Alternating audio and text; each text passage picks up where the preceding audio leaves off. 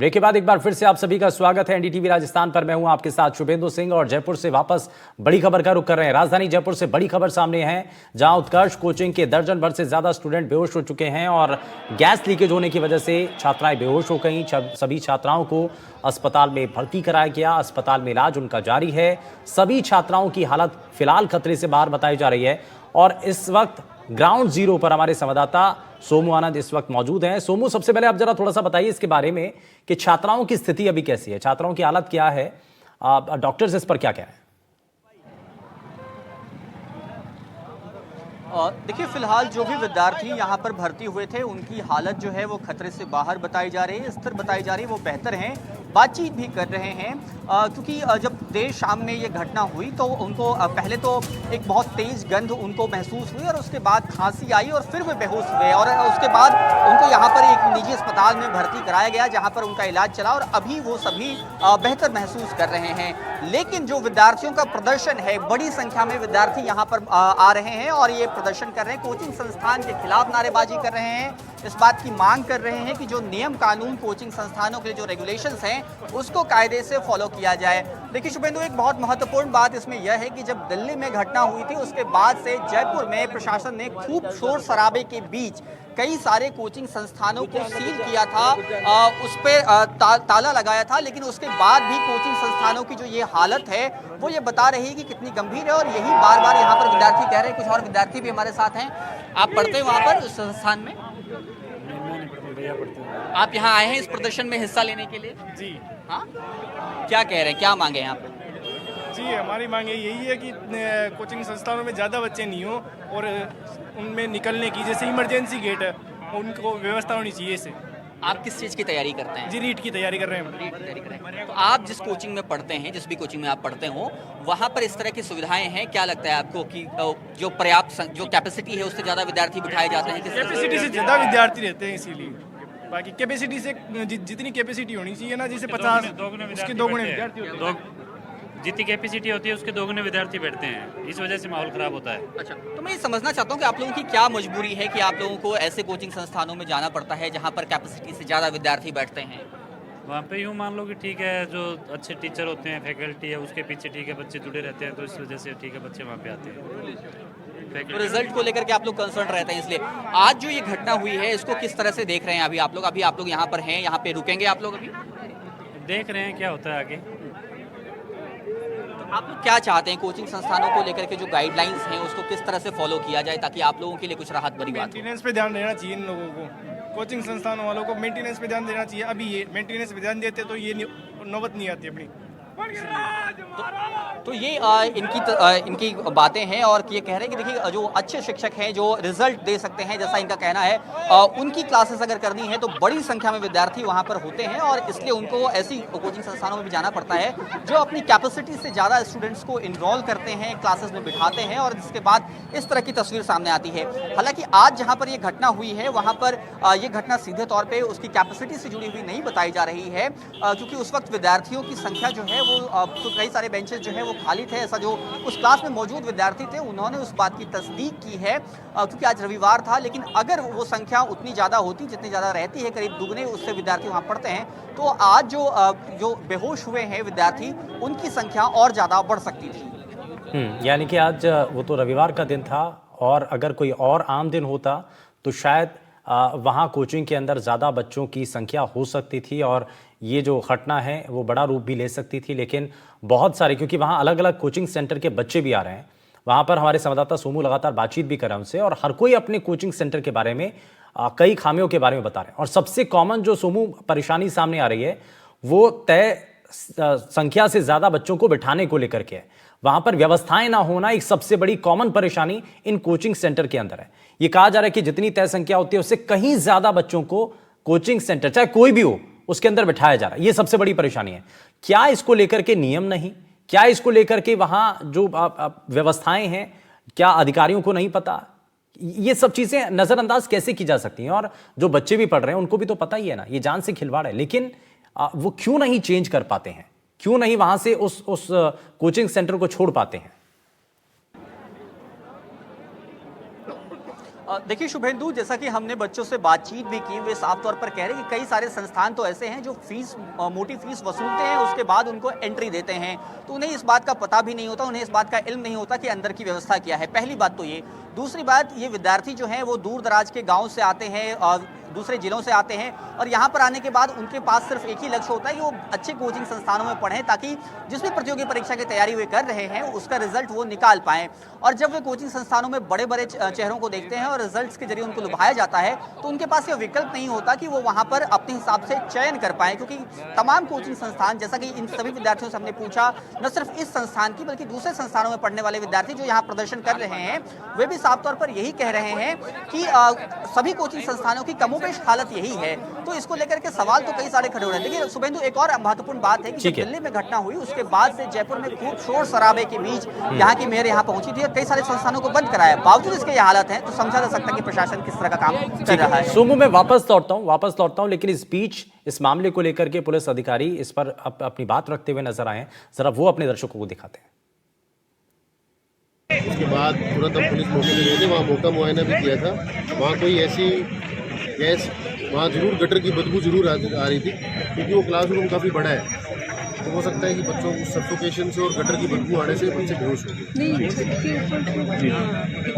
हाँ, वो किचन जो वेस्ट है, मतलब कुल मिला के किचन में तड़का लगा है, उसका तड़का लगा है, उसकी गैस की फैक्ट्री। अच्छा।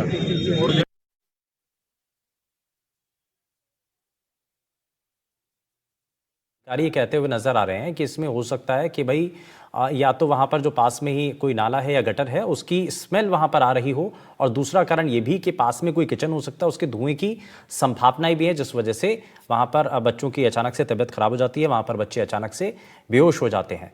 तो ये दो पहलू हैं। अब इसको लेकर के आगे जो है पुलिस की टीम जाँच करेगी, लेकिन शुरुआती तौर पर जो जानकारी उनकी तफ्तीश के अंदर सामने आई है वो कुछ इस तरीके से है। सुमो, इस पर वहाँ पर जो छात्र हैं उनका इस पर क्या कहना है?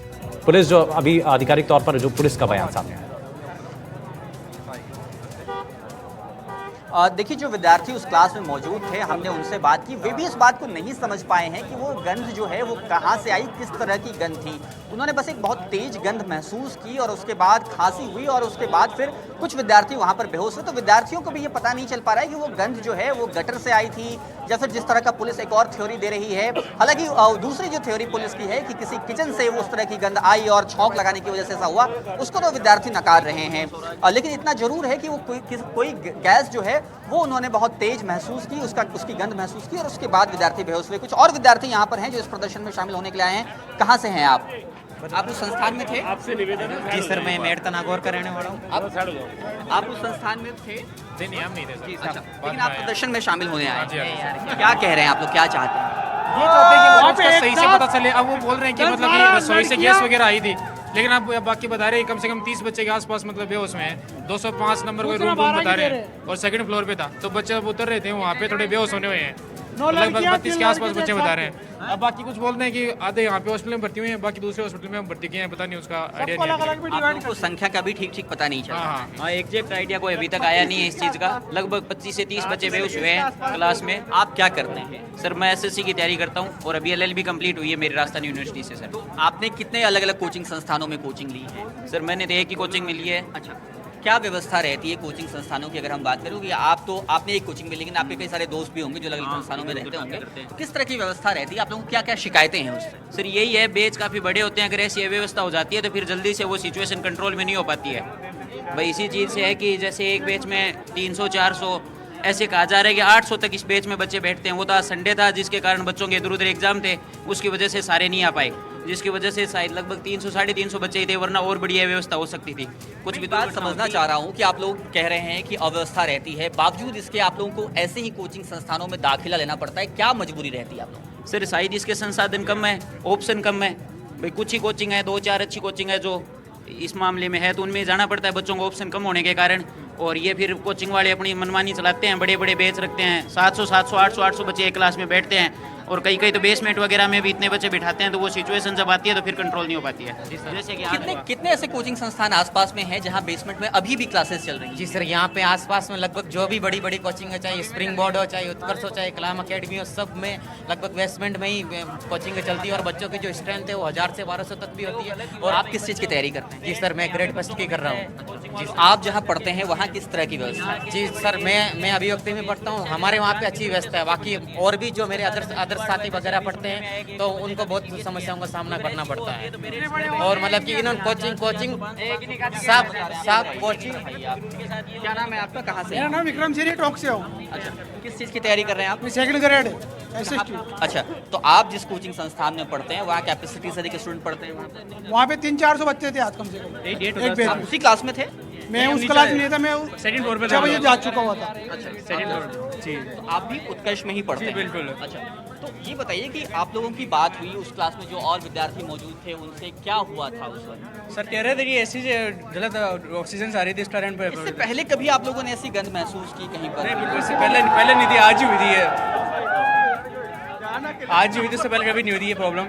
तो सर ने 1 घंटे पहले बेहोश हो गया था, बच्चे संभालने वाला कोई नहीं था। सर को बोला बताया लेकिन सर ने नाकामी कर। सर आ नहीं पाया। कितनी देर पहले बताया विद्यार्थियों ने? 40 मिनट पहले बोले बताया, फिर बेहोश होने के बाद 1 घंटे पहले से गंध करीब करीब आ रही थी। जी बिल्कुल। अच्छा, काची चीख आई बच्चों को, उसके बाद में भी लापरवाही बरती, उल्टे वगैरह हो गए। उल्टियाँ होती रही विद्यार्थियों को लेकिन क्लास चलता रहा? बिल्कुल, क्लास चलता रहा घंटे भर, फिर उसके बाद में हॉस्पिटल लेके आए। बोलते हैं कि पढ़ने की वजह से चक्कर आ गए, ऐसे बोलते हैं कि पढ़ने की वजह से चक्कर आ गए, डिप्रेशन में चल गए इसलिए चक्कर आ रहे, समझ में नहीं आ रहा है, इस वजह से उल्टियाँ हो रही हैं। हंसी मजाक के रूप में ले रहे थे उसको। आप थे उस क्लास में? मैं नहीं था उस क्लास में, मेरे भैया बोल रहे थे, हंसी मजाक के रूप में लेते उसको। ये तस्वीर है वहाँ पर, और अभी यहाँ पर एक एम्बुलेंस भी आई है और ये देखना है कि क्या इस एम्बुलेंस पे उनमें से कोई विद्यार्थी जो है वो जा रहा है या फिर क्या हुआ है, ये समझने की कोशिश करते हैं।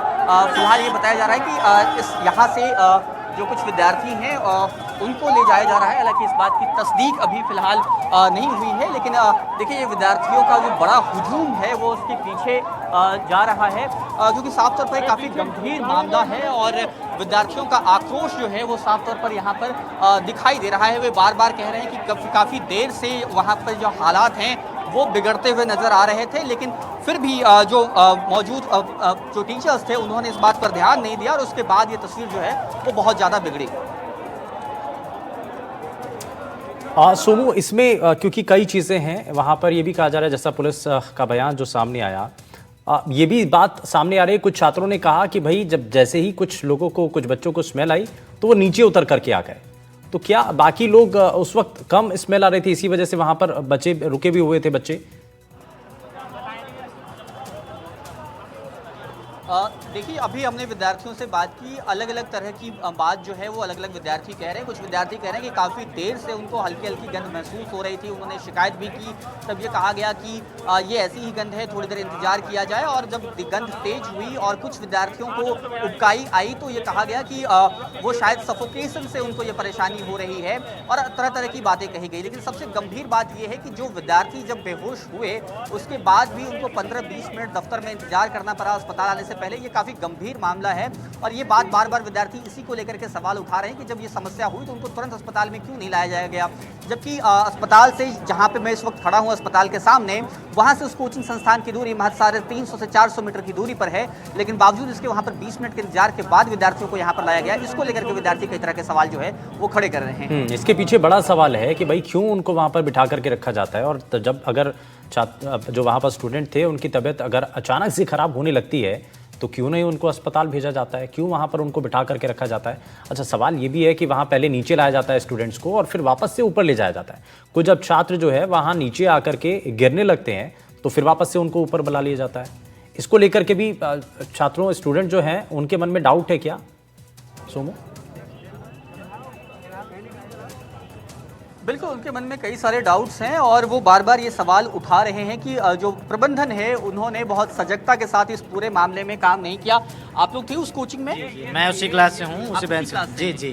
तो आप एक बार समझाइए कि क्या हुआ था। जिसे कहा जा रहा है कि कुछ विद्यार्थी जब बेहोश हुए उनको नीचे लाया गया, उबकाई आ रही थी, कुछ विद्यार्थी नीचे आए, फिर से वो ऊपर गए और फिर उसके बाद वो तो हुआ क्या था पूरी तरह से? हुआ कुछ नहीं, क्लास चल रही थी अंदर, बस क्लास की भी छुट्टी भी होने वाली थी तो अचानक से क्लास के अंदर बच्चियाँ जो थी, बच्चियों का बेंच अलग होता है ना, तो बच्चियाँ बैठी तो खांसने लगी। तो टीचर ने सोचा भाई कुछ खांसी, अभी सर्दी जुकाम का मौसम है तो चल रहा है, इस चीज़ को ज़्यादा ध्यान नहीं दिया गया और लगभग 15-20 मिनट तक हम अंदर ही बैठे रहे। फिर पता चला कि थोड़ा बहुत धुआं हो रहा था और बच्चियाँ ज़्यादा गंभीर होने लगी, तो भगदड़ मच गई और भगदड़ से निकल नहीं पाए एकदम। तो ऐसे कर भगदड़ भी मच गई क्लास में, जो पीछे थे वो पहले निकल पाए और जो आगे थे वो फंसे रह गए। क्योंकि भीड़ होती है क्लास के अंदर, जिनको ज़्यादा हो रहा, जिनको सांस लेने में दिक्कत हो रही थी, बच्चियाँ ज़्यादा थी तो बच्चे निकल नहीं पाए। तो हम पीछे के गेट से निकाला, लेकिन वहाँ फिर भी लेट हो चुके थे। और पीछे के बाद उनको अस्पताल लाने में कितना वक्त लगा, कितनी देरी हुई? ये काम होने के बाद में लगभग आधा पौने घंटे के बाद में अस्पताल पहुँचाया गया। पहले वहीं पे इलाज किया गया, शायद वहाँ पे उनके कोई डॉक्टर होंगे इसलिए। कोई डॉक्टर थे, आप आश्वस्त हैं या फिर ऐसे ही कोई जो स्टाफ बता रहे थे कोचिंग वाले, जैसे कि यहाँ के डॉक्टर हैं वहाँ पे। आपने इससे पहले कभी डॉक्टर को देखा था अपने कोचिंग संस्थान? जी नहीं देखा, जी नहीं, बता रहे थे कोचिंग वाले, तो उसी के आधार पे बता रहे हैं जी। तो देखिए ये इनकी बात है। क्या नाम है आपका? जी मेरा नाम नरेश कुमार। नरेश बता रहे हैं जो उस वक्त उसी क्लास में मौजूद थे कि ये कहा जा रहा था कोचिंग जो एडमिनिस्ट्रेशन है उसकी तरफ से कि डॉक्टर्स जो हैं वो उसका इलाज कर रहे थे, इसलिए देरी हुई, जबकि इन्होंने इससे पहले कभी किसी डॉक्टर को वहाँ पर नहीं देखा था। तो साफ तौर पर कोचिंग संस्थान की लापरवाही पर तो सवाल उठ ही रहे हैं। ये पूरा उनका लापरवाही का जो रवैया है लापरवाही भरा, वो तो दर्शा ही रहा है ये पूरा मामला। और दिल्ली की घटना से कोई सबक भी नहीं लिया और इतनी बड़ी संख्या में, इतनी ज़्यादा स्ट्रेंथ में, जितनी तय संख्या वहाँ पर होनी चाहिए स्टूडेंट्स की एक क्लास के अंदर, उससे कहीं ज़्यादा वहाँ पर बच्चों को बिठाया गया था। अच्छा, एक पहलू ये भी सामने आया सोमू, जो अभी बात कर रहे थे आप स्टूडेंट से, कि भाई वहाँ पर भगदड़ भी मची। एग्जिट गेट एक ही था, एंट्री एग्जिट का, और उस दौरान जो पीछे की तरफ बच्चे थे पहले वो निकलने की कोशिश करते हैं, क्योंकि सभी वहाँ पर सफोकेशन हुई तो बच्चों का दम घुटा, तो वहाँ पर हर कोई बाहर निकलने की कोशिश कर रहा था।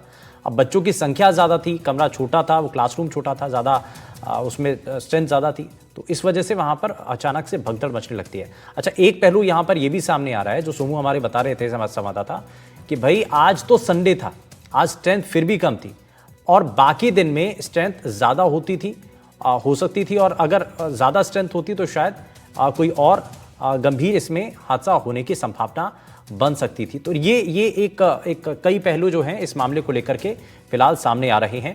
हालांकि अस्पताल उन छात्राओं को भेजा गया, स्टूडेंट्स को भेजा गया है जहां पर उनका इलाज चल रहा है। हालांकि अभी खतरे से बाहर डॉक्टर्स के द्वारा बताया जा रहा है। अभी हालांकि इस पर पुलिस जो अधिकारी हैं उनका स्टेटमेंट भी सामने आया। उनका जो स्टेटमेंट है उसमें उन्होंने 2 कारण इसके पीछे बताए हैं। अब उन 2 कारणों को लेकर के शुरुआती तफ्तीश में बात सामने आ रही है, लेकिन क्या असल में वजह वही थी, ये फिलहाल जांच का एक विषय बना हुआ है। जांच पूरी होगी उसके बाद ही पूरी तरीके से साफ होगा। लेकिन स्टूडेंट इस वक्त भी डटे हुए हैं, प्रदर्शन कर रहे हैं, और स्टूडेंट का, छात्रों का यही कहना है कि भाई वहाँ पर कई ऐसी अनियमितताएं हैं जो कि वहाँ पर हो रही थी, कई ऐसी कमियां हैं जो कि न सिर्फ इस कोचिंग सेंटर के अंदर बल्कि कई कोचिंग सेंटर्स के अंदर एक ही रूप में चलती आ रही हैं, उस पर किसी का कोई ध्यान नहीं है। अब दिल्ली की एक इतनी बड़ी घटना हो जाती है, उसके बाद भी कोई अगर बाकी राज्यों की अगर कोचिंग संस्थान या प्रशासन इस पर सबक नहीं लेता है तो ये अपने आप पे बड़ा प्रश्न चिन्ह खड़ा हो जाता है। सोमू के पास जरा वापस से चलते हैं। सोमू, एक चीज ये है कि दिल्ली में जब इतनी बड़ी घटना होती है, क्या उससे हमने सबक नहीं लिया? एक जो कॉमन परेशानी बच्चों की स्ट्रेंथ को लेकर के है वो बार बार सामने आ रही है। हर किसी स्टूडेंट से अगर आप पहला सवाल कीजिए कि क्या परेशानी आती है, तो वो यही कह रहे हैं कि भाई जितनी संख्या होनी चाहिए उससे कहीं ज्यादा संख्या में स्टूडेंट को कोचिंग सेंटर के अंदर वहां पर एडमिशन करवा दिया जाता है। सब पैसों का खेल चल रहा है। तो यानी कि क्या इस सब के बारे में किसी को पता नहीं है? क्या किसी बड़े हादसे का इंतजार हो रहा है? यह अपने आप में बड़ा सवाल है। अब इस बीच एक बड़ी जानकारी सामने आ रही है। स्टूडेंट्स को दरअसल मेडिकल टेस्ट के लिए आगे ले जाया जा रहा है और सोमानी अस्पताल से एसएमएस अस्पताल में जो स्टूडेंट्स हैं उनको ले जाया जा रहा है। स्टूडेंट्स को अब एसएमएस अस्पताल में ले जाया जा रहा है, उनको शिफ्ट किया जा रहा है मेडिकल टेस्ट के लिए। अब मेडिकल टेस्ट होगा सोमानी अस्पताल में, फिलहाल उनको भेजा गया था, लेकिन अब उसके बाद से एसएमएस अस्पताल में उनका जो मेडिकल टेस्ट है वो किया जाएगा और मेडिकल जांच के बाद आगे की पूरी, क्योंकि रिपोर्ट इसमें आएगी कि आखिर क्या वजह रही, क्यों खांसी हुई, कैसे क्या परेशानियां हुई हैं, ये सभी चीज़ें उस मेडिकल टेस्ट के बाद और ख़ास करके जो स्टूडेंट्स हैं उनकी स्थिति कैसी है, उनकी हेल्थ स्टेटस कैसा है, ये सभी चीज़ें उसके बाद पूरी तरीके से क्लियर हो पाएंगी। और वापस से जरा सोमू के पास लिए चलते हैं। सोमू, थोड़ा सा इसके बारे में बताइए। अभी शिफ्ट किया जा रहा है सोमानी अस्पताल से एसएमएस अस्पताल में। बिल्कुल, देखिए शुभेंदु, हमने जो एम्बुलेंस देखी वो इन विद्यार्थियों को यहाँ से लेकर गई है और अब उनका वहाँ पर ट्रीटमेंट जो है वो होगा, वहाँ पर उनकी जांच होगी और उसके बाद ये देखा जाएगा कि उनकी हालत इस वक्त कैसी है। शुभेंदु, जो बात आप कह रहे थे, जब हमारे दर्शकों को आप डिटेल में इन्फॉर्मेशन दे रहे थे, यहाँ पर जो कुछ विद्यार्थी हैं वो बार बार इस बात का शोर कर रहे थे कि ज़्यादातर जो कोचिंग संस्थान है वहाँ पर जिस बात को आप भी कह रहे थे कि जो कैपेसिटी है उससे ज़्यादा विद्यार्थियों को भर दिया जाता है और ये एक जो विद्यार्थी है वो बहुत देर से इस बात को बार बार दोहरा रहे। क्या नाम है आपका? उसी संस्थान में पढ़ रहे थे आप? नहीं, मैं उसी संस्थान में नहीं सर, मैं तो दूसरे में हूँ। मेरा नाम ओम प्रकाश गुजर। ऐसा है सर, फीस तो इतनी लेते हैं ये कोचिंग वाले, हर कहाँ से मैनेजमेंट करना पड़ता है इनको माता पिता को। फिर उसमें 202 बैच, 302 बैच, इतने छोटे छोटे कमरे, इतनी बड़ी बड़ी भीड़, एक एक बैच में उस क्लास इसमें चल रही थी, उसमें कोई था कि आज आप थे? एंट्री और एग्जिट गेट कितने थे उसमें? एक ही एंट्री एग्जिट गेट है, एक ही एंट्री एक ही एग्जिट। हमारा सर 7 नवंबर से बैच स्टार्ट हुआ है हमारा, तो 20 दिन से गैस लीकेज हो रही है इसमें। डेली बोलते हैं तो टीचर ऐसे बोलते हैं 20 दिन से गैस लीक हो रही है, आप बता रहे हैं। और इसका मैनेजमेंट इतना गंदा है ना कि कोई सुनता नहीं है स्टूडेंट की। तो डेली बोलते हैं, ऐसे कहते हैं यार कोई मिर्च छौंक रहा है, कोई टोटका कर रहा है, ऐसे मजाक में डाल देते थे बात को डेली। 7 नवंबर से क्लास शुरू हुई, आप उस क्लास में थे और आपने आज भी सुबह मेरी उसी रूम में क्लास थी मेरी, आज भी गैस लीक हुई है। एक लड़की एक दिन बेहोश होकर गिर गई थी एसी की साइड। कब बेहोश हुई थी एक और लड़की? समथिंग 8-10 दिन पहले। 8-10 दिन पहले। तो आप लोगों ने शिकायत की इससे पहले?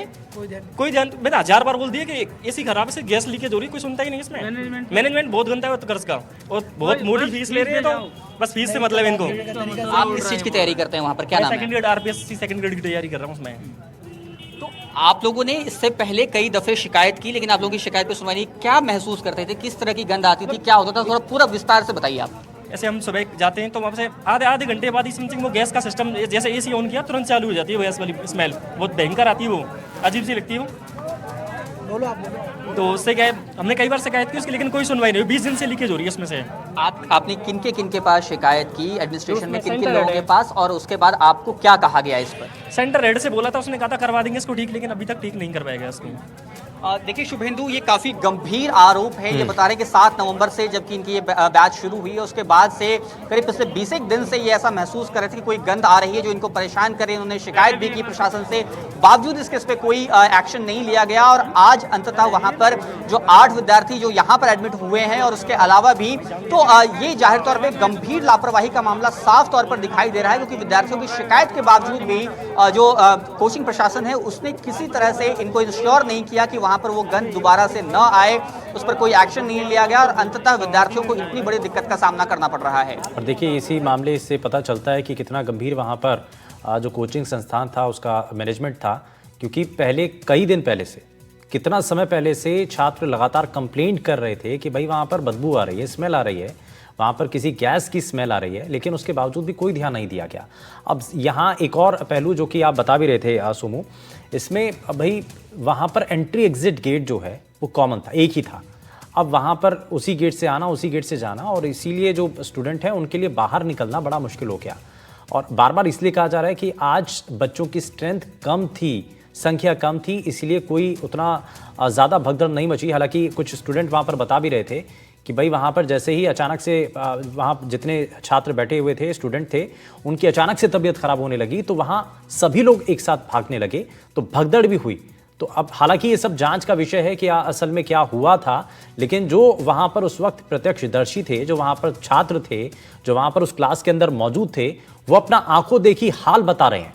वो बता रहे हैं कि कैसे उस वक्त क्लास में क्या क्या चीज़ें हुई, क्या क्या उन्होंने देखा, वो सब अपने बता रहे हैं। और ये जो अनियमितताएं हुई हैं, ये जो कमियां हैं जिसकी तरफ किसी ने कोई ध्यान नहीं दिया, उसी को रखने के लिए अब वो प्रोटेस्ट भी कर रहे हैं। वो यही कह रहे हैं कि भाई इसी तरीके से अगर चलता रहा तो ना तो हमने दिल्ली की घटना से कोई सबक लिया। और अब ये तस्वीर देखिए, ये एक तस्वीर हम दिखाते हैं अपने दर्शकों को। ये आप देखिए, जब सभी छात्रों को उस कोचिंग सेंटर से बाहर लेकर के आया जाता है, ये उस वक्त की तस्वीरें हैं। और आप देखिए, उससे पहले स्टूडेंट का आरोप है, कई छात्र यहाँ पर आरोप भी लगा रहे हैं कि वहाँ पर उन छात्रों को बाहर नहीं लाया जा रहा था। ये कह दिया गया कि अंदर कोई डॉक्टर ट्रीटमेंट कर रहा है, जबकि वहाँ पर कोई डॉक्टर नहीं था। और इससे पहले तक वहाँ पर किसी डॉक्टर के बारे में किसी भी स्टूडेंट को जानकारी नहीं थी। लेकिन ये आप देखिए, ये बच्चों को जो है लाया जाता है और बेहोश हालत में ये बच्चे नजर आते हैं। ये स्टूडेंट जितने भी हैं उनको देखिए, आप पकड़ करके लाया जा रहा है, कोई भी स्टेबल नहीं है, चलने की हालत में नहीं है, बेहोशी की हालत में है। और ये कई स्टूडेंट हैं, कई छात्र हैं जिनको लाया जा रहा है। ये आप देखिए, ये कई ऐसे बच्चे हैं जिनको लाया गया है जो अचानक क्लास के अंदर गैस की वजह से बेहोश हो जाते हैं। और यहां जो है इस बड़ी खबर पर लगातार हम बने हुए हैं। सोमू हमारे संवाददाता ग्राउंड जीरो पर इस वक्त मौजूद हैं। हर पल की जानकारी हम सोमू से लेंगे, लेकिन यहां एक छोटे से ब्रेक के लिए रुक रहे हैं। वापस लौटेंगे तो जानेंगे कि आखिर अब प्रशासन इस पर क्या कर रहा है, पुलिस की तफ्तीश आखिर कहां तक पहुंची है। छोटे से ब्रेक के बाद